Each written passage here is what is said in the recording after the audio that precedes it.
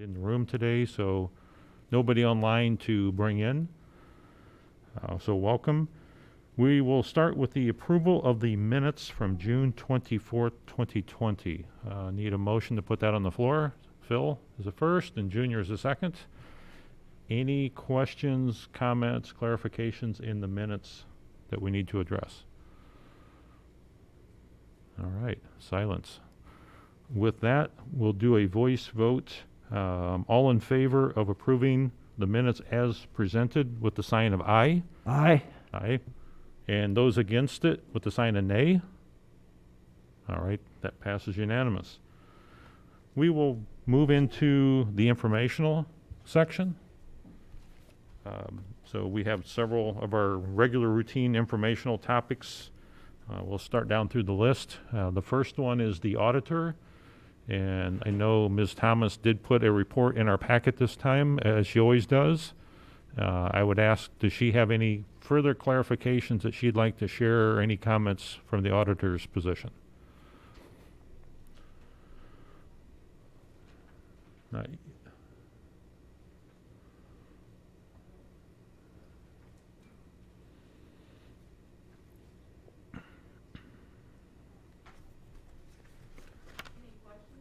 Yeah, anything you'd like to share? Any questions from the committee to begin with for the auditor? So you've got the report in there of the accounts and the funds that were expended in the past monthly cycle. Any questions on that data set?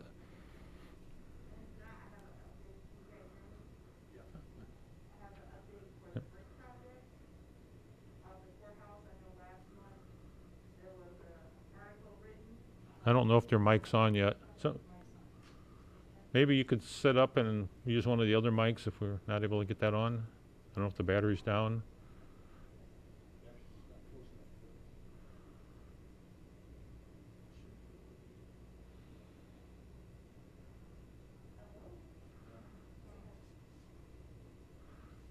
You can just grab one of the other seats if you would. And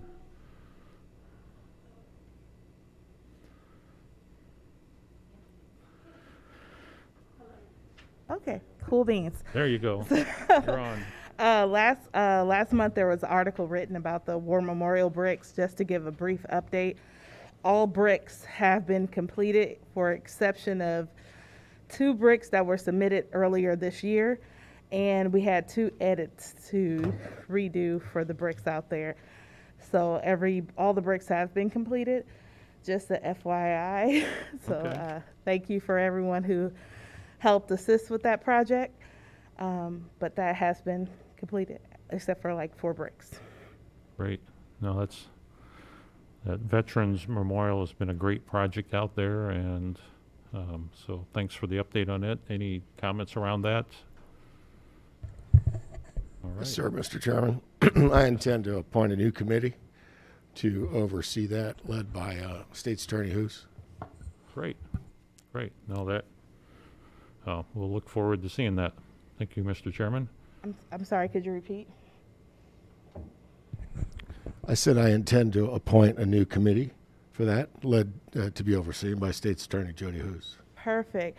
And while that's brought up, I would love for, once the 4 bricks that we have remaining to be completed, to turn that over to the department that manages the fund for that, which will be county administration. I'm sure the manager will have an appropriate process for that. Okay. Yeah, we'll find the right process to ensure the right committee and the right folks are managing that fund. Cool beans. Thank you. All right. Thank you. All right. We will move on to the next item. The county clerk's office. The clerk, she did put her report in this month as always, and I'd ask any of the members first, do you have any comments? And then we'll ask Ms. Parker for any updates. Okay, Ms. Parker, do you have any additional comments you'd like to share around your input? I do not. Everything is pretty much laid out there for you, and we're still looking pretty good on track for meeting our numbers. Yeah, it looks like your numbers are coming in well. Mm-hmm. which are good during all these times. So people are still doing real estate transactions, still getting married, still doing the business of living their life, which is always a good thing. So I'll take that as a positive for all of us. Okay, Thank you. All right. We will move to the next one, which will be the County Election Commission. Mr. Bride, if you'd like to give us an update. I know you're less than 100 days from the election, so I'm sure you got a lot of activities. Yeah, we do. A couple updates on some of the stuff I talked about last month. The mailing, we're required under the bill that passed in the spring to do a vote by mail application mailing to a certain group of voters. It's a little convoluted. That is actually at the mail house at the moment. I'm assuming that number is going to be, we've been looking at 68,000 roughly. We sent 70,000 to them. There's still going to be some checks, so that number is going to be less than 70,000. But that number, those will go out Friday. Excuse me, to the registered voters. We were able to. At this point we've had about 2,500 people who have already requested a vote by mail ballot. They're not going to be getting another application. There has been applications going out from other groups that are out there too. So that's part of the process we've been working on this week. We did finalize some purchases, a couple RFPs and some purchases to handle the volume that we're expecting to see in November. We had an RFP and we've completed the purchase. We're still waiting for delivery on a system to allow us to process the vote by mail ballots when they come back. It would allow us to scan the ballots as they come back, the envelopes as they come back, and then we've finalized a mail packet service with a company that's going to, the first large mailing that we do, September 24th, will actually be done by a mail house out of, they're in Phoenix. They'll print the envelopes, the ballots, assemble them, verify everything, and then actually take them to the post office for us. We're real happy that we were able to get them. We had 3 companies bid on that. One of them pulled out the last minute because of volume, but I'm comfortable that we probably have the best company that does that in the country doing the work for us. So we were able to lock that down and get them to handle that. Obviously, mailing ballots out is pretty critical, that you have to get the exact same one to the exact same thing, the exact ballot to the right people. So we're happy about that. We've also made a few other equipment purchases, and we've lined up online training for our election judges, and we've started to look at our PPE needs and purchases for Election Day and early voting. We also had traditionally new parties and independents file in June. There was a court order in April from a federal judge that extended that to into July and dramatically reduced the number of signatures required by new parties and independents by 10%. They took it down to 10% of what it was. We had a slate of Libertarian for 3 county positions, countywide positions, coroner, circuit, county clerk, and auditor, and then 2 county board seats that were filed for, I'm probably going to get this wrong, 17th is one of them, I think the 11th was the other one.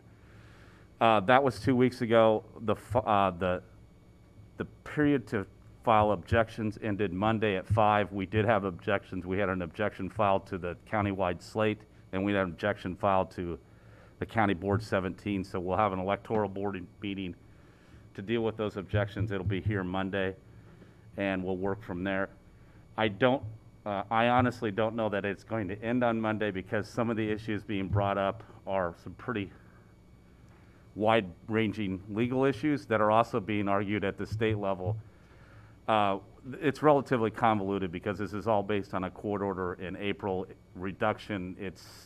I'm sure our assistant state's attorney is going to be real thrilled to write a lot of advice, knowing that the same arguments I know are being made that were objections on statewide candidates. So it's all going to end up in court.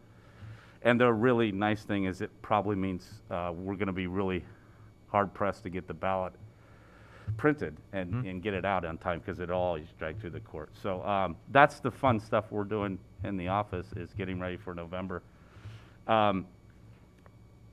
We do have some, we're working on some educational tools to deal with the vote by mail. We've got the League of Women Voters is putting on a Facebook thing on Monday that I'm taking part of to try to educate people getting vote by mail. We're going to get a lot of people that have never got vote by mail applications in the past, so we're going to deal with questions. Our phones were ringing dramatically Monday from some other mailings that went out. So but it'll be, the more vote by mail we get, I think the better it is on election day for early voting, just because we don't know what it's going to look like that first week in November in relationship to the pandemic. So I'll take any questions. Any questions, Jennifer? Did I hear you say, and I believe this is correct, that anyone who has already requested a ballot doesn't need to receive the application? Yeah, anybody that we ran that report Tuesday morning. Anybody who had already requested one, we're not sending a card to them. Is it helpful to you then for us to encourage anyone who plans to do that to do it sooner rather than later, to save you from having to mail those applications out? The mail's already gone. It's That already mailing's processed. already Okay. at the mail house. So there's not much we can pull back on that. But I want to encourage people to request one as early as possible, because the more we know we have on September 24th, the quicker the ballots get out there, and the hope is the quicker the ballots get back to us.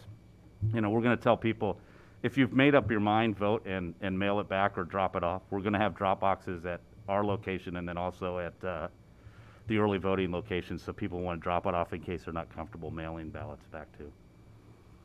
So the quicker we can get it back to us, the easier, and the quicker I think the results we'll have. That's one of the issues, but also just handling the amount of ballots that we're going to have to deal with. And Ms. Williams? Thank you. I guess my question is, can you walk us through what this company in Phoenix is actually going to be doing? I mean, I think that people would be maybe concerned about safety of the ballots. So can you just walk us through what they're going to be doing? Sure. We've been working with them to design the outer ballot, the envelope that goes out, the envelope that comes back. We actually finalize those in the secrecy envelope. They're going to print all those, and they're going to print the ballot, and then they're going to assemble it. They're going to take this ballot with a known, this is the ballot with this ballot style, goes to this person. They're going to match it up. The envelope will have, the outer envelope will just have information on it, the same kind. The return envelope will be pre-printed with the person's address, their voter ID number, and a voter ID and a barcode, and the ballot application, which is basically unique to that ballot going out to that voter. That'll be on there. It'll also be in a barcode form. And through their process, they'll check that this envelope goes with this ballot before they insert it.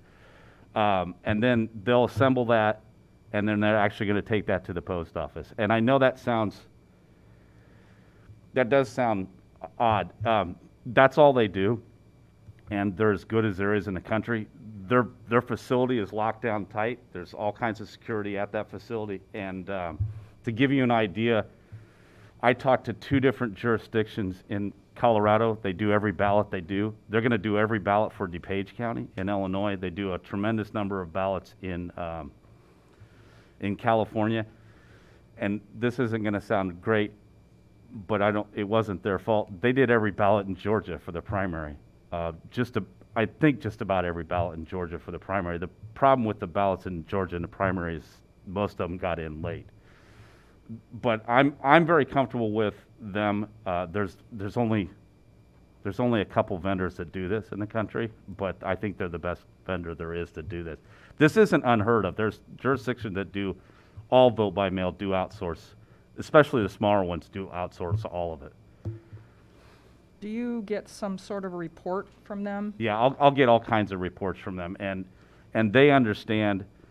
I mean, I'll know exactly, and we have to. We'll know not only who was mailed a ballot and the ballot IDs, but we're going to be the ones assigning those numbers. I mean, the data's coming from us. They're just putting it on the envelope and verifying it. And then printing the ballots. The ballots will look slightly different because they're going to be very, very small barcode on the top that they'll put on there because of where it ends up being folded in the envelope. But that's there to make sure that they can match these up all the way through.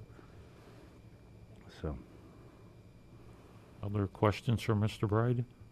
Mr. Fennell? I had an earlier conversation and about the method that the new technology's got to scan these when they come back in, and the process there that they will read them, but they won't count them early, so that the day of election, they'll do the final count, and it'll go much faster. So if you want to talk to that. yeah, when the ballot comes back to us, we've got 48 hours to verify the signature. And at that point, if the signature's good, that ballot is separated from that envelope, and we actually scan it into the system, and we can even assign a value to it. Nothing's counted till 7 o'clock on election night, but we are allowed to process those ballots as they come back. And we'll probably do that depending on the volume, every day or every couple of days. Now, we don't process the ones that have been challenged, but yeah, we will be able to. The goal is to keep up with the ballots as they come in. Our hope is that we will, on election night, be able to report all the vote-by-mail ballots that we received all the way up to election day. I don't think we'll be able to process the ballots we receive through the mail on election day, just because of limitations in staff and everything else that's going on. But our hope is to get everything that came in up through the day before election will actually be shown up on election night as counted. Now, understand this, and this isn't going to be unique to us, it's going to be the whole country. There's a real good chance you're going to go to bed on election night and not necessarily know who won several things, because there's still going to be a tremendous number of ballots, not only outstanding because they have to be postmarked by election day in Illinois, but in other states we're going dramatically to vote by mail, and there's going to be a lot of jurisdictions, including us, counting more vote by mail ballots than they've ever even thought about before. So it'll be I don't know that I would think you could stay up you may not be able to stay up all night and find out who won lots of things, including some local races. So. Okay. Mr. Salzer, please. Simple question for you. You said there's going to be a hearing on Monday, Mm-hmm. and I didn't hear your time. Maybe It's at 1 o'clock. 1 o'clock Yeah. in this room? Yeah, and I actually haven't sent, the notices are going out, so you're finding out just as everybody else is. But yes, 1 o'clock here. So. Other questions from any of the other committee members? Obviously, it's a big challenge, a big change. I guess one of the questions I have, you mentioned that each ballot is barcoded, and it's barcoded to match the envelope, Mm-hmm. the return envelope? Okay, so there's a barcode on a return envelope there's two. There's one that's the voter, and there's one that's the ballot ID that says this is this group and this ballot, so that if we send you a ballot and you lose it or it's destroyed and we send you a second one, there's a unique identification on every ballot we mail out. That's the envelope. The ballot itself has barcode that ties it to a specific ballot style, but not a unique to that specific ballot. So if we have 200 ballot styles, then we'd have 200 different barcodes on those ballots. It's not tied to that person. The unique ID is on the envelope. The ballot barcode on the ballot tells you what style of ballot it is, what precinct or that kind of thing it goes to. Does that make sense? I think so. All right. I do one other thing, because I heard this comment the other day, and I think it really sums up this election. The person said that we're planning for 70% turnout by vote by mail and 70% turnout on election day. If you do the math, that's kind of where we're at right now. We don't have any idea what we're going to see.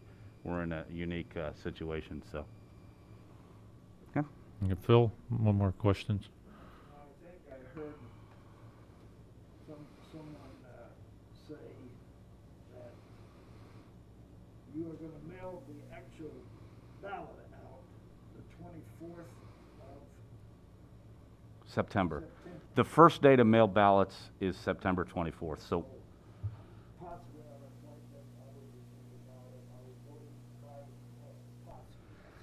Yeah, If I wasn't voting by mail, and I wanted to vote early in your office, what date will that be? that's September 24th too. It is on September. It is September 24th. I doubt you'll get the ballot on September 25th. It might be a day or two after that, but yeah. Yeah, the September 24th is the first day we'll mail ballots, and it's also the first day of early voting in our office. So we are having an increase in early voting hours too. The statute required that, and you can vote on election day in your polling place, your assigned polling place, or you can come to our office and also vote. That's unique. Anybody in the county can come to our office. We are not encouraging that, but anybody can vote in our office on election day. Okay. Thank you, Mr. Bride. It'll be a good challenge the next 100 days to watch this thing unravel and hopefully be secure and robust. All right, so we'll move on to the next item. Next item is our finance report, and I'll ask Mr. Bruder to give us a start on it. Thank you, Mr. Chairman. Before I introduce our external auditor, who's here to brief you on our 2019 audit, I'd like to thank a few people who helped on finance: Julie Ciesla, Kim Hudson, Wade Alig, and Shelby Walenti. They're the ones that do all the hard work. Our consultant, Matt Cook, I compare him to Kevin Bacon in Animal House. He goes around and tells us, remain calm, remain calm. Also, some other departments: Nicole Bjorky in the Treasurer's Office, a big help; Jennifer Shadid in Courts; Brian Gully in the Health Department; and Kevin O'Connor in the Circuit Clerk. They do a lot of work also in connection with the audit. So it's my pleasure now to introduce Brian Lefevre. He is the audit partner from Sickich. Great, thank you. Welcome, Brian. Glad to have you here today. So for those, Sickich is our assigned external auditor that we contracted with. Not assigned, we contracted anyway. So Brian will go through the information. Everyone should have some paper documents. You should have two thinner ones that are the audit reports, and then you have our Kafir, which I know all of you love as much as I do to read the financial data. This will be my reading for the next couple of weeks.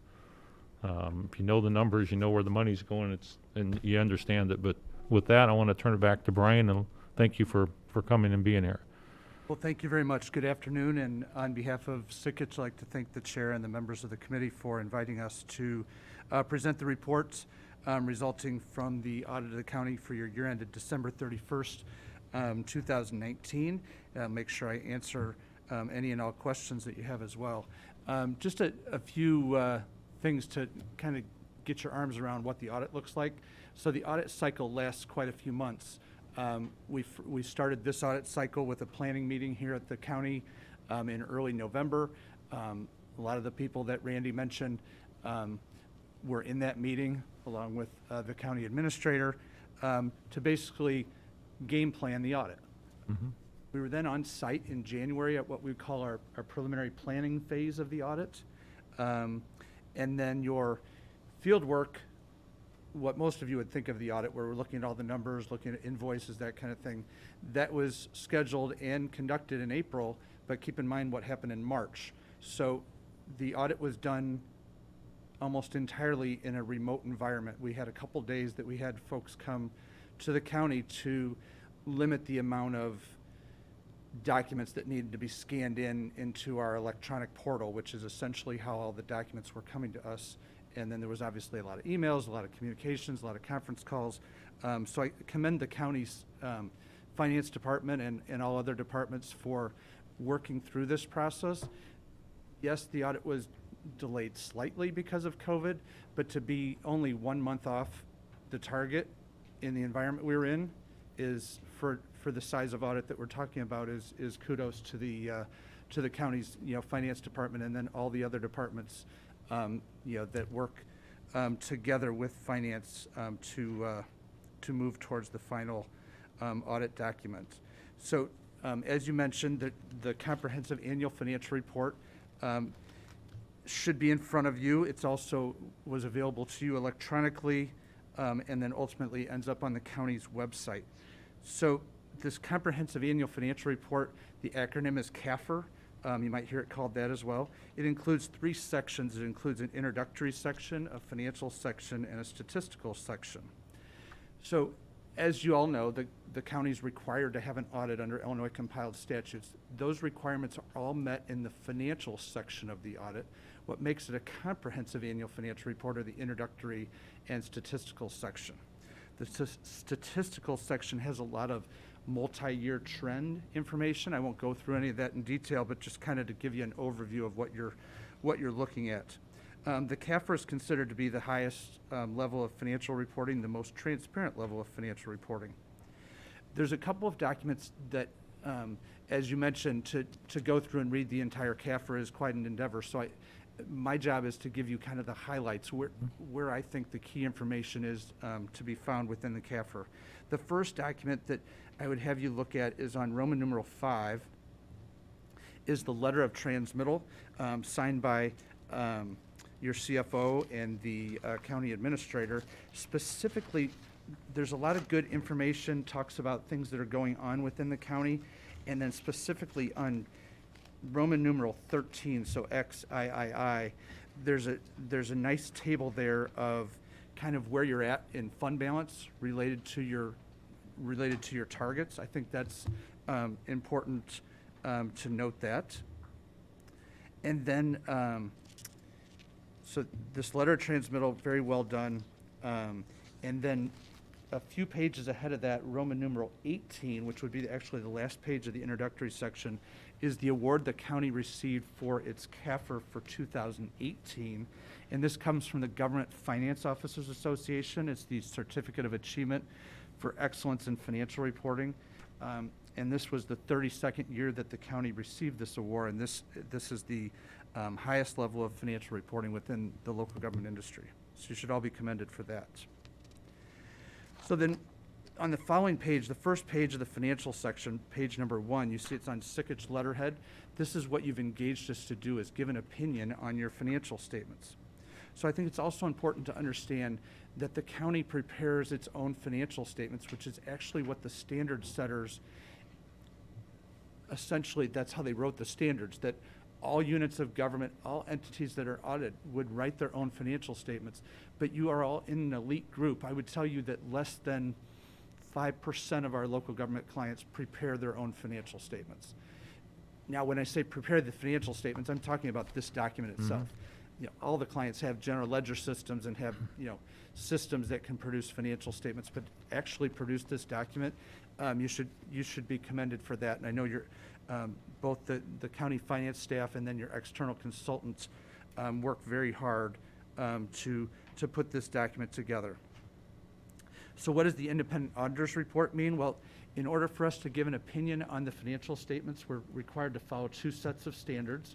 One are the auditing standards, which are issued by the AICPA, the American Institute for Certified Public Accountants, and those standards tell us the types of procedures we need to perform when we're conducting our audit. And then the second set of standards are the financial reporting standards that are issued by the Governmental Accounting Standards Board, or GASB, and GASB determines, and their rules determine what this document needs to look like. So the notes to the financial statements, the statements themselves, the content that's required. Once we follow those 2 sets of standards, we can then issue an opinion. We're pleased to present an unmodified opinion, and what that means is the financial statements are presented fairly in accordance with generally accepted accounting principles, free of material misstatement. And this is the highest level of opinion that you can receive on your financial statements. One would refer that to as a clean audit opinion. So just a couple highlights in the opinion. On page 2, there's the second paragraph there talks about a new GASB standard that was implemented, GASB Statement 84, called fiduciary activities. Essentially, that changed some of the definitions of dollars that the county holds for others. So, for example, you collect taxes on behalf of others. In the past, that was called an agency fund. Now GASB calls that a custodial fund. So the statements look a little bit different. There were a few funds that needed to be moved into other areas of the report to implement this standard. And that all went very smoothly. Page 3, there's reference in the last paragraph there in italics to government auditing standards. The reference to government auditing standards relates to the fact that any year which the county expends more than $750,000 in expenditures of federal grants, you're required to have a separate single audit, which essentially, as the word, it's a one audit of all your federal funds. So essentially, all the federal agencies have agreed that that one audit is satisfactory to cover all of those grant funds. So this year, the total amount expended was $4.8 million in federal funds. And we issued in that separate report, which is what this is referencing, that separate report, we issued 2 opinions. Both of those were unmodified or clean opinions as well. One of those opinions is on the county's compliance with laws and regulations that could have a material impact on the financial statements. And then the second is on the county's compliance with its major federal programs. And this year's major program that we were required to test was the WIC programs, the Women, Infant, and Children program in the health department. So all good news there. The last document I would bring to your attention within the comprehensive annual financial report immediately follows that independent auditor's report, and you see it's on a page numbering that starts with MD&A 1. MD&A stands for Management, Discussion, and Analysis. If you weren't going to read anything else in the CAFR, I would tell you to read the letter transmittal and then the management discussion and analysis. It's the one place in the financial statements where you actually get to give explanations of your own financial statements. It's intended to be the executive summary, if you will. The county prepares it, obviously. We review it to make sure it's consistent with those GASB standards. But then you actually get to give some of the whys, if you will, of the financial statements. It's also this document, the management discussion analysis, along with the county's annual budget document. If I were one of you and needed to refer one of my constituents to financial information about the county, those would be the 2 documents that I would start with. I think it provides a wealth of information there. So those are what I'd consider to be the highlights on the comprehensive annual financial report. You do also have, within the single audit, there were no findings on the grant testing itself. It's just when there's certain financial statement findings, they fall into the single audit. So you see responses that are required for the federal government that are included there. All very good responses. And then you also should have a document that's called the Communication of Significant Deficiency Internal Control. That also has a response drafted by management to that recommendation there. And then I'm going kind of quick because I really want to just open it up for questions because I know you've all looked at these, but I want to make sure we all know what we're working with. And then there's a document called the Auditor's Communication to the County Board and Management. And the purpose of this document is to communicate all of our required communication under those auditing standards I mentioned before. And then any other recommendations that we have that don't rise to the level of significant deficiency or material weaknesses, but things that we feel are important to communicate to you all. And all of these have responses from management included in there. There's also a list of the prior year comments and the status of those, and the majority of those were implemented. The last thing I would bring to your attention is within that communication to the county board, there's a list of 2 journal entries. Those were the only 2 adjustments that the auditor, Sikich, recommended be recorded and management agreed to be recorded. Understand how many adjustments that are recorded to get ready for the audit. To only have 2 adjusting journal entries is kudos to the finance department staff and quite honestly to all departments for gathering the information necessary so that finance can record those properly on the financial statements. The last 2 documents that I believe that you have is also the audit of the clerk of the circuit court's financial statements, which are required in a separate document, and then the related management letter, which has a couple of small items as well that were responded to by management. In conclusion, like I mentioned, the audit went very smoothly and only slightly delayed by COVID. The county has very professional and capable staff leading the audit by the finance officer and finance office with support from all the county departments. The county staff and the Sikich team worked very hard to bring this audit to you today. And that concludes the highlights of the audit and the audit process. I'd be happy to answer any questions that you might have. Okay, thank you. I'll open it up to the committee members for questions, comments.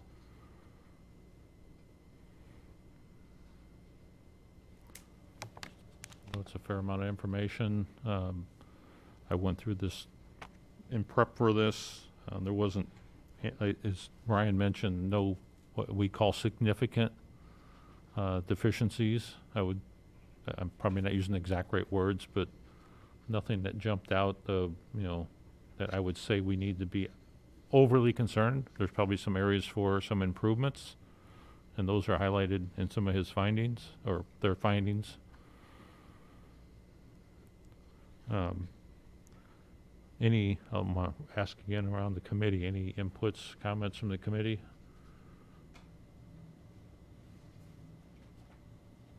I mean, there was one item that I want to just put a highlight to. It was fairly minor, but it was on page 9 of the auditor's communication to the county board and management.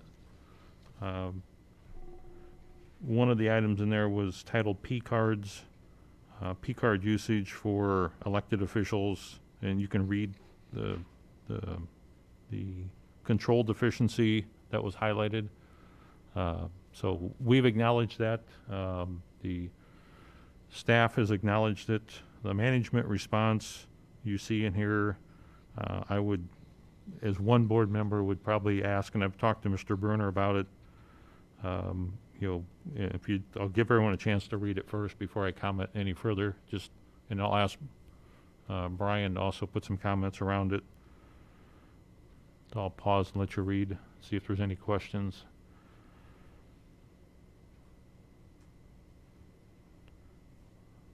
So my interpretation of this is that, when elected officials use P-cards for transactions and then they file their report to document that, all of the other government employees would route that to another person, be their superior, to sign off, to approve it. The elected officials, because they are elected by the people, they don't report to anyone else but the people of the county.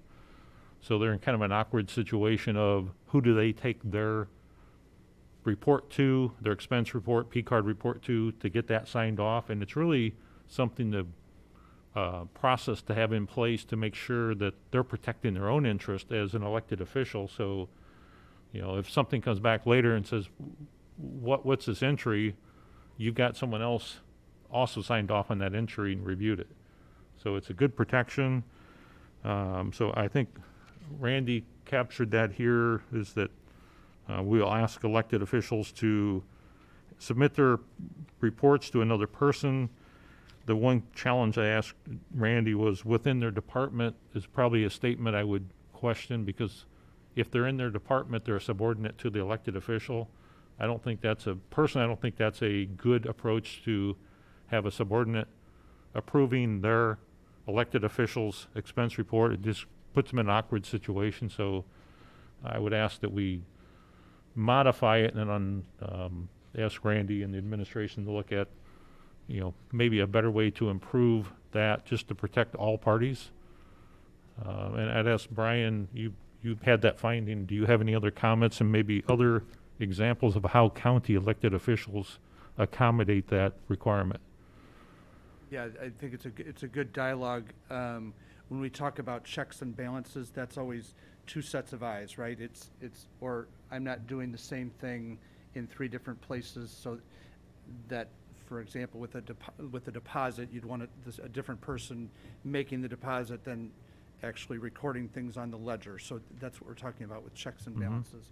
So anytime you have a purchase throughout the county, there's always a second set of eyes until you get to and this is no different than city government. If you think about like the city administrator or the mayor of a city that may have a purchasing card, they always need to have someone else signing off on that. And when you're talking about the head of a department or the head of an organization, there still needs to be someone else that's signing off and saying, yes, I've reviewed this and we have the proper information here to pay this, in this case, the purchasing card. So you just have to work out what the appropriate individuals are because I understand your comment about someone within the same department. At some places that may work, at other places that may not be comfortable. Maybe it is another elected official, maybe it's the county board chair. I don't know it, but it's worth having a dialogue in terms of determining who that should be. It's no different than the, if you, in the finance office, I talked about all these adjusting journal entries. Well, there always needs to be a second set of eyes on journal entries. Even if Randy's making a journal entry, there needs to be someone else, whether it's Julie or it's someone else in the department that's gonna be that second set of eyes. So it's PCards is the one that came to our attention. Sure. But it applies to a wealth of transactions within any organization that you'd want to have a second set of eyes. And I think you said it very well. It's for protection of the individual themselves. It's a good thing. I mean, it's kind of like, it's something that shouldn't be hard to accomplish, because it's really protecting the interest of all the people involved. So. Okay. I want to ask the committee first, do you understand kind of the topic or concept here? Any concerns? Again, would like to, I don't want to spend a lot of time on it, but I wanted to at least pull this one up and talk about it briefly as a group. And then, we can ask administration, finance, others to, and Mr. Bruner weighed in on it originally, so we'd come back to him, ask for maybe a further refinement of, because the subordinate one, or is titled here, another person within the department, is probably the one that concerns me the most, just from a roles and responsibilities. Any questions from anyone else in the committee? Mr. Ricker, who issues the PCard? Who issues the PCard? That's a great question. So the county treasurer is the issuer of the PCard. So if I wanted a PCard, how would I go about getting one? We actually have a process, a formal request process that the county treasurer and I are a part of the approval process. So you'd make a request, and then I would recommend to the county treasurer that it be either approved or denied. If it's denied, it's for certain reasons, and then if approved, Nicole would issue through the bank that we use the PCard to you. And just for the sake of those at home listening, when we say PCard, we mean credit card in the name of Peoria County. Right, so it's a procurement card that is a credit card issued to an individual, but with the county's name on it as well. So I could buy copy paper? Conceivably, yes. You could, if you were traveling to a conference for work-related purposes, you could book your travel and the registration fee. If you renew certain professional membership dues online, you can do that online. Just about any online transaction now that is work-related, you could use that for as well. So PCards are really for the convenience of the user? I would say so, yes. For the other, to me, Mr. Chairman, like credit cards at companies, they become like cell phones, where everybody seems to need one or have one. But what they really do is have a really bad way of circumventing your organized purchasing processes. Mm-hmm. The same process the treasurer of the county is responsible for paying the bills on, that others here are responsible for certifying payment of those bills. So, in most cases, what we've started to do in the business world is have you charge stuff on your own card, turn it into your manager, and your manager will decide if it's reimbursable, to control the very thing we're all concerned about, which is unnecessary or accidental expenses on the government's credit card. Mm-hmm. I don't know, without looking it up, what the treasurer's policies are. I would say the tighter the better, but certainly in there, the subject of who reviews and signs a user's purchases is valid and approved is part of that policy. I don't want to put Nicole on the spot, but we should examine that policy. Because anybody who's outside of that policy simply shouldn't have a card. Period. End of sentence. If you don't want to conform to the process in place, it should be an audit finding. You just don't get one of these cars, period. Period. Yep. No, I appreciate it, and I 100% agree with your position on that. It's a privilege to have access to the card for appropriate use, and we should have some pretty tight policy guidelines, and it may be a good opportunity for this committee to review that in an upcoming, is to make sure we understand what the guidelines are for that card and the usage of it, and then how do you expense it? I call it expense it, but how do you document those transactions? Because that becomes the legal document that says, I had a card, I purchased a travel voucher or a travel ticket for a business trip. I need to have reasons, I need to have the expense receipt, and someone else is going to sign off on my report of using that to make sure that I'm in compliance with the rules and it's truly a valid expense. There's probably more detail to that, but we do have some guidelines, and again, it does, procurement card does always have the opportunity, I'll call it abuse, maybe not on purpose, but people use it because instead of using our normal procurement processes to order supplies, to buy things, to procure things on behalf of the county, sometimes it's a way to go around it. Not saying that people are, I'm just saying that the opportunity's there. I don't know, I mean, Brian, you do a lot of audits, but I don't know if there's a general consensus on risk of that happening, not on us in general, but just in. The key is that procurement card policy that you mentioned, is having all that documented. The best policies that are out there are very cut and dry. Use it for personal reason without immediate reimbursement back to the government, and it's grounds for termination. So, I mean, you have hardline items in a procurement policy so that when someone receives that card, they request it, they ultimately receive it. When they receive it, they sign off and say, I'm going to comply with this policy. That's your teeth, essentially. Mm-hmm. And that's, so it is a good idea to, from time to time, look at these policies, whether it be an investment policy of the county, whether it be a purchasing card policy, or a purchasing policy, whether it be a procurement card policy. They're all good things to look at from time to time. No different than I would tell you, it's never a bad idea for every once in a while to someone walk you through what the internal controls are over payroll.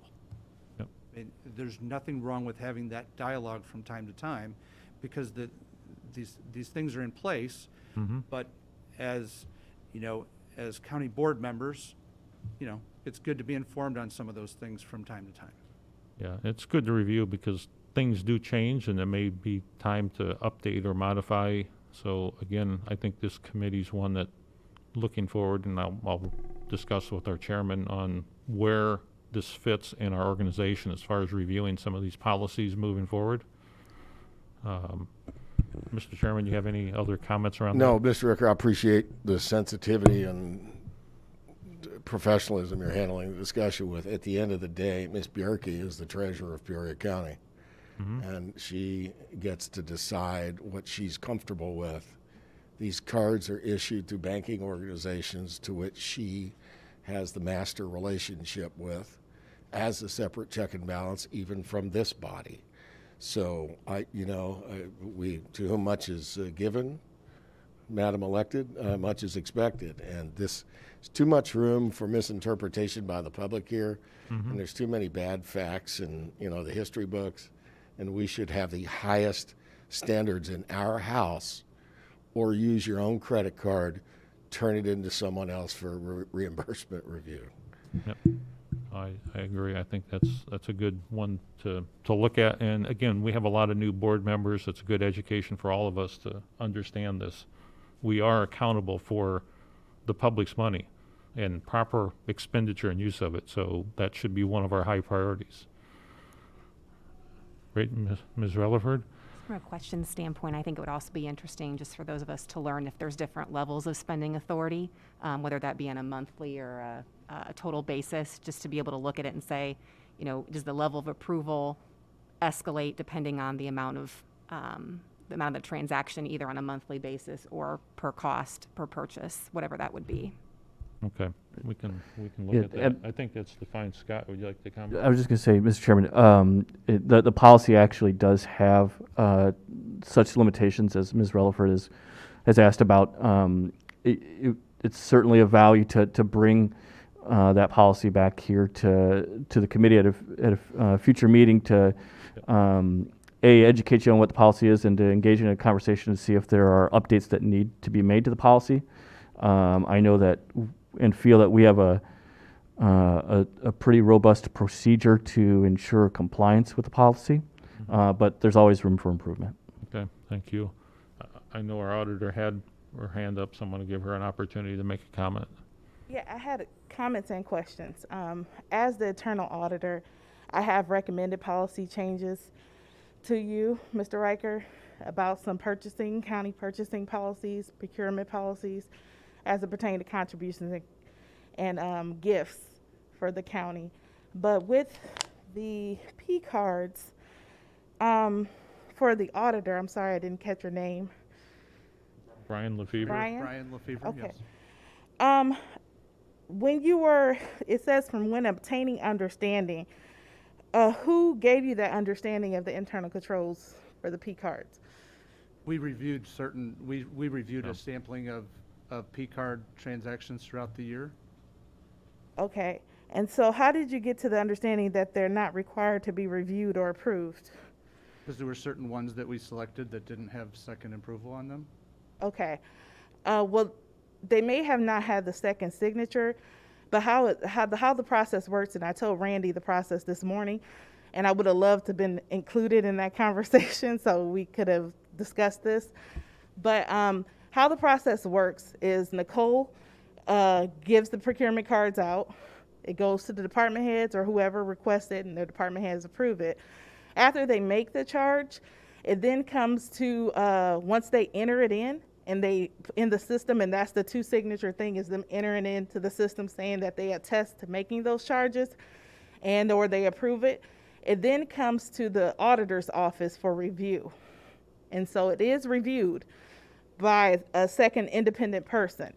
And so after that review, it then goes back to Ms. Bajorki's office for approval, final approval. So that is a process for review and approval that wasn't noted in your auditor's assessment. So I just wanted to let you know that there is a process for that. Currently, the county purchasing policy regarding procurements does need to be updated because it states on there that the auditor has the final approval, which the auditor did prior to 2016. It then went to Ms. Bajorki's office for final approval because of the change in the auditor's position at that time. But there is a process that was not noted in here, so I just wanted to let that be known. But I do recommend that we do update the policy and procurement process, stating such as Mr. Rand has stated, if someone, Just out of essence of time, I'd like to, we've got this topic up. I don't want to resolve it today. I want us to work together. So again, the purpose wasn't to resolve a solution or bring all the topics into it and expand, because I think what you're trying to do is expand the view, which is fine. the understanding. We'll talk about that, and this is the right committee to work with that, but it's not really part of our agenda today, so Understood. we'll appreciate Understood. the I just wanted to inputs. give the backstory because all the facts weren't present All right. in the auditor's notes. We will follow up on the discussion, and again, I appreciate the additional input, but to keep it in scope, we'll move forward, and I think we got this topic on the table. We'll have an action. We'll ask the various people, the treasurer and others, to work together, bring forward the auditor, the treasurer, our administrator and others to bring forward some improvements and some opportunities. So with that, I want to move on. Thank you, Brian, for being here, and thank you for Sickich to do the audit. And I think Randy opened the discussion up with acknowledging all the other county employees that put a lot of time and work into the Kafir, into the audit. And so I don't want to walk away from this topic with perception that we have issues. We're looking at some fine clarification, tweaking and improving. So it's not like we've got something that's a big issue to worry. This is improvements that, again, we should all look to improve our business and our operations and how we handle taxpayers' money.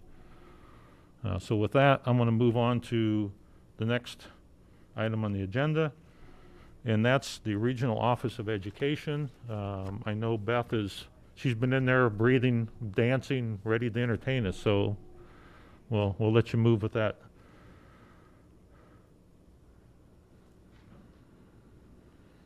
I've been back there on my phone diligently because the IHSA was supposed to have a press conference at 2. Here are the things that I wanted to make sure to share with you today. First of all, through all that audit talk, it took us 2 years, but we in the Regional Office of Education can produce our own financial statements. So I appreciate that. That is a huge deal. People have no idea what that takes and how much money that takes. And so we are able to do that. So our new auditors come in September.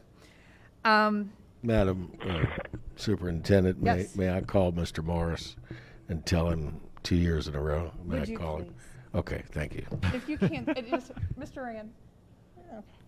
Yes, please. So I'm sure many of you are tracking the fall plans and re-entering school. The Journal Star called and asked if I had a grid of what everybody's doing. I do not. It is a local decision. Dunlap hasn't even, their vote is tonight. So there's only a few districts that have official plans in place. Basically, you've got 3 models. You've got complete remote education, which Canton just decided to go that direction.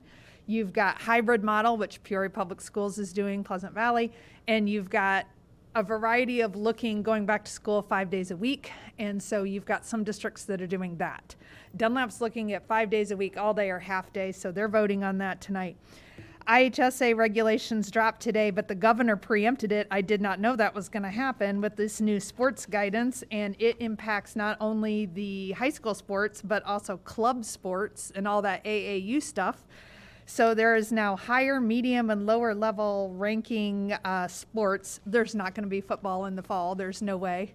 This took them back to the lowest level of being able to work out. So these new guidelines I just printed out before I walked in here. But on a different note and a more important note, I want to let you know that over this summer, I spent a lot of time grant writing. With everything that has happened in conjunction with COVID and the needs of kids and adults, honestly, for social and emotional learning and mental health, I am trying to hire an equity director. And so I have written multiple grants to try to be able to do that. Why? The conjunction of what happened with the mass protests, what I can see is the disparities, especially with children of color in public schools. I wrote these grants to get at cross-cultural anti-bias training in schools, to be able to have someone to do that. And then more importantly, someone put this document in my hand this summer. If you know Katie Kelly, it's now Katie Johnson. She used to work here, moved out of town, she's back. She has a new program that she can do that is a data dive. And I promise I won't be long. I know this is running over, but I think it's that important that I want to share this with you. Because we're working a lot, if you know the parable of the babies coming down the river, we're doing a lot to build the dams when the babies come floating down the river, and we're fishing the babies out of the river, and we're building these elaborate systems to pull the babies out of the river. But who's going up and saying, why are the babies falling in the river? Oh. And so that's what I'm trying to get at. And that's what this does. And so just very briefly, if you know what an ACE is, I've shared this with you before, it's an adverse childhood experience. Why does that matter? That's trauma. Trauma changes the brain. It changes the way that the brain works. And just impact in this county, children with 4 or more ACEs or traumatic experiences in their childhood have a 1,200% increase in suicide rates, 4 times more likely to smoke, 7 times more likely to be an alcoholic, and 92% of justice-involved youth have experienced at least one childhood trauma. So I just talked about several departments in this county that are impacted by this data. So what is the data? Katie was able to finagle an MOU between Peoria Public Schools and the Peoria City Police Department to track adult arrest, shots fired, domestic battery, and aggravated battery, and track it to addresses. And that information could go back to schools. If we can get up the river to where the babies are falling in, then we can do something about this before it ends up Sheriff Asbell's problem, Jamie Harwood's problem, and Jody Hoose's problem. So she, between August and May, 710 matched incidents, 1,748 impacts. One slide that drastically impacted me is that we have 22 children that had 4 or more incidents hit on this data tracking just between August and May. Wow. The at-risk factor on those kids is through the roof, and we don't even know that. They're walking through the school and we're expecting them to do algebra. And then the last thing I'll say about that is, this is all the schools. You can't read the names on there, but these are all the schools in Peoria County. The number one most impacted school, Peoria High School. How about that, Coach? That means something to me because that's where my husband works every day. Followed by Lincoln School, Treewind, Harrison Primary, and Valeska Hinton is up there with 69 impacted students.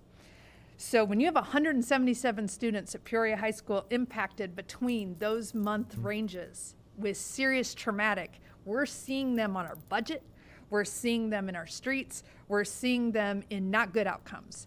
So I wrote these grants. I need $30,000 for the county to be able to implement this countywide for all school districts so that we can then start saying at the school level, if we know that it's Rachel, then we know what to do when she walks through that school building so that we can put those protective factors around her and build her resiliency. So I just wanted you to know what the regional office is doing to respond to what I'm hearing everyone else is doing within the county. And I'm really hoping I put my best people on this grant writing, built some really strong letters of support to try to get at it. But this data will crush your heart when you realize that it's the children, and those children grow up to what we see then every day in these committees. So I just wanted to know, and then one last thing that I'm doing besides that, and hopefully we will know about those grants by the end of August. I had someone trained, and the training was arduous, in youth mental health first aid. If you're not familiar with that, think of it as CPR for mental health. To be able to recognize a mental health event in a youth at anywhere in public, to be able to intervene until the professionals can be on site. So I have someone trained to be a trainer, so now I can deliver that training here in Peoria County. Because besides that, all I'm doing every day, all day, is trying to figure out how we're going to go back to school. And I just don't have really great answers on that. I wish I did. I'd be a millionaire. So I don't know. With that, what questions do you have? Questions from the committee? What were those 4 points that were just That they detailed tracked? as traumatic that trigger your count? Well, true ACEs are things such as incarcerated parent, divorce, chronic poverty, sexual abuse, physical abuse. Those are the true ACEs in the research. But what we tracked was adult arrest, shots fired, domestic battery, and aggravated battery. And we tracked it by address. This was only for Peoria Public Schools.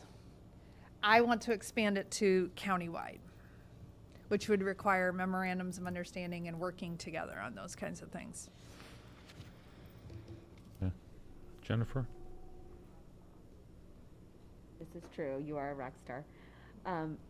So say you were successful and able to get this. Can you give some examples of what the schools can then do upon having this information? ACEs have very negative outcomes in terms of they think ADHD and all of those things track back to early traumatic experiences and the way it alters the brain. So the way you counteract that is resiliency factors. And there is high quality research in the way you teach and build resiliency in children. And so I've shared my story personally multiple times, but I'm divorced and I have 2 children. But my children my parents live within 1 minute of me, resiliency factor. I have financial resources. You can list the resiliency. A lot of the children that we're dealing with don't have those protective factors, but the school can build those things. So you have to teach those and how to respond. So the rage response you see from a kindergartner that throws themselves on the ground, and I've been hit by things that they throw and kick and scream, where they disassociate, which is what happens when you're a victim of trauma. What can the teacher be taught to do to respond to that, especially if they know at the beginning of the day that this happened at home? We don't know this information. We need this data. So that's why I'm working so hard on that. I mean, we've always known it intuitively, like, man, something's really going on with this baby. But now we can know and hopefully respond appropriately and with the resiliency factors that we need to put in place. Other questions? Sharon, did you have? No? This is a lot of information, and I like your analogy of let's identify it upstream. Educational space is a critical space to address these shortcomings or these issues. Also, the family, at home, some of those areas, I know that's sort of out of the scope of your educational responsibility, but there's a lot of attributes a lot of opportunities to address some of these trauma-related situations that children have faced before they let that basically set the path of their life maybe in the wrong path. So it's a big challenge. It's education's a great place for it, but it's bigger than education, right? Well, and the key is that all the research says prevention is cheaper than, as I've said, Jody Hoos, Brian Aspel, and Jamie Harwood, and then juvenile detention. The dollars that have to go to that, if you can prevent, it's so much more, if you just want to be economic about it, much less the moral aspect or the passion that I feel about, doing something about it. And they're showing now in the research that, like, when your brain starts down a pathway, it's like sledding down a hill. You can go down that same pathway over and over, and then you get a run. It's hard to move the sled over and go down a new pathway. And so to build that new pathway takes a lot of work. So the younger you can do it, the better. Okay, Mr. Fennell? My only comment was you said Peoria High was the first highest on the list. I think your most impact as early as you can get them in the primary. Once you get to the Peoria High, you can maybe mitigate a little bit, but they've already set their pattern. But those other ones, if you can get them early, I think will be much better. Thank you. Isn't that the truth? Okay, great comment, Jim. Well, thank you, Beth. As always, I know you've got a lot going on, and if you had the magic answer today of how school should resume, it would probably change by tomorrow or next week because it's dynamic. I know if we were in Vegas, I'd put all our money on remote learning at the beginning of the year. I just don't know how. It's gonna be tough, but we're gonna do everything we possibly can. I promise you. Yeah. We're meeting tomorrow as superintendents at 9:00. About the quality of the education that can be delivered to these students. We're trying. All right. Well, thank you. All right. We'll move on to Supervisor of Assessments Board of Review, Mr. Ryan. Welcome. Thank you. I know in the essence of time I'll make this quick. Just got back from furlough Monday. We now have a full staff other than we have one board review member that will finish his furlough, I believe, August 10th is when he gets back. The goal is to have the 2020 assessments completed by the week of September 11th. That was a couple weeks later than last year, but still plenty early. Hopefully to get everything on time as far as the tax cycle. The biggest concern we will have is the Board of Review will be conducting hearings in the months of probably November, December, and January. So we are planning for the worst on that to see if they have to do that remotely or how they want to handle that. So hopefully everything will be okay, but we know a lot of face-to-face hearings will probably not be available. So us and the Board of Review have been working with IT regarding that issue. The hours to the public, we had reduced them when we were on furlough. They were from 9 to 4. We will keep those hours indefinitely so that we are able to finish all our statutory duties and other duties as it relates to the garbage fee that we discussed last time. Obviously, the staff is still there from 8 to 5. It just allows them an hour early and an hour after to get all the work they need to get done completed. And that does allow us, obviously, to meet at 8 in the morning also, especially as it relates to COVID, how we're going to handle that going forward and what we need to do. So that is what we're doing. This is in your weekly update. I don't have the update. As I said, I had just got back Monday, but you'll see this in your weekly update. And if anybody's got any questions or comments, I'd be happy to answer them. Any questions for Mr. Ryan? All right. Well, thank you. Thank you very much for working the cycle. And I know it's a lot of burden on people, but thank you for that. Well, I appreciate your input. Thanks, Steve. All right. All right. Move on to the treasurer, the one that sets our policies and holds our money and makes sure we have funds to pay our bills with. I'll be real quick since we're over.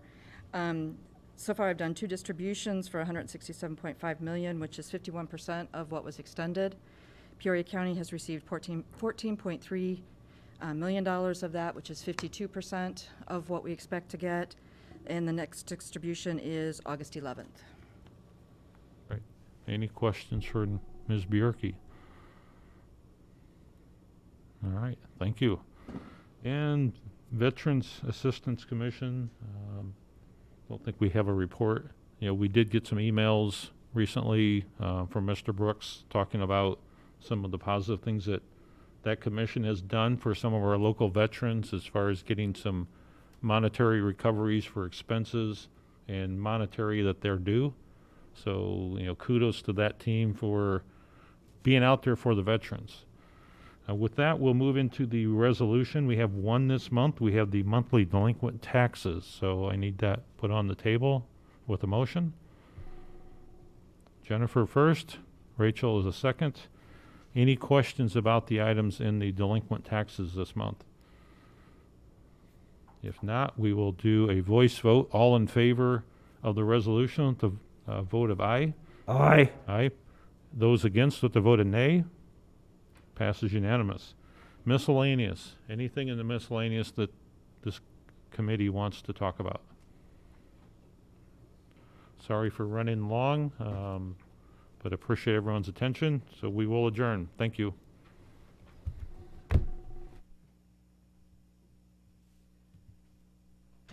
Paul and Kate and Anthony will just be a quick couple of minutes while we move a couple